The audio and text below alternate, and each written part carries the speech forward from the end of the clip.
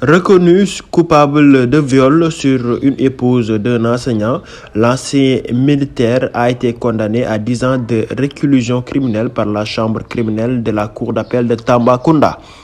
La victime, mariée et mère de 5 enfants, avait sollicité les services de l'ancien militaire conducteur de moto Jakarta après avoir été envoyé par son mari cloué au lit pour percevoir son salaire dans une banque de la place à Tambacounda. Après discussion, la cliente et le chauffeur tombent d'accord au prix de 8 000 francs CFA pour le transport Kumpentoun-Tambacounda.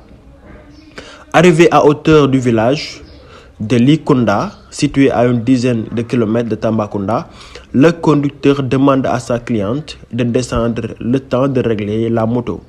Loin de se douter ce qui se tramait dans la tête du conducteur, la dame descendit de la moto. Le conducteur de moto Jakarta commence à faire des avances à sa cliente qui refuse. Sous la menace d'une arme blanche, la victime finit par céder avant de se livrer à son bourreau et d'être amenée de force dans un endroit isolé et touffu.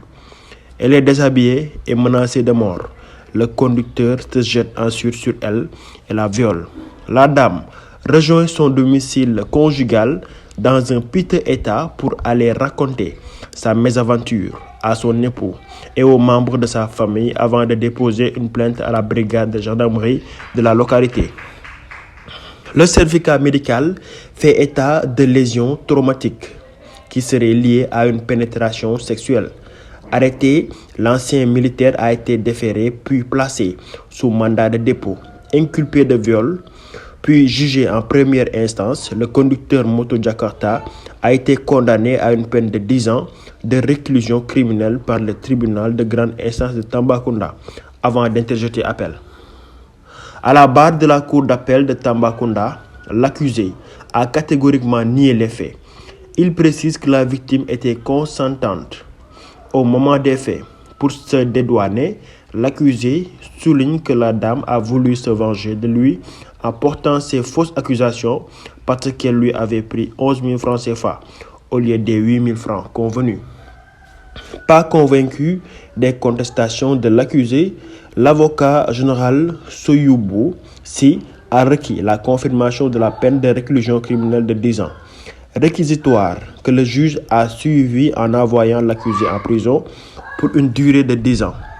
La défense de l'accusé assurée par Maître Ababakar Kamara a battu en brèche le contenu du procès verbal.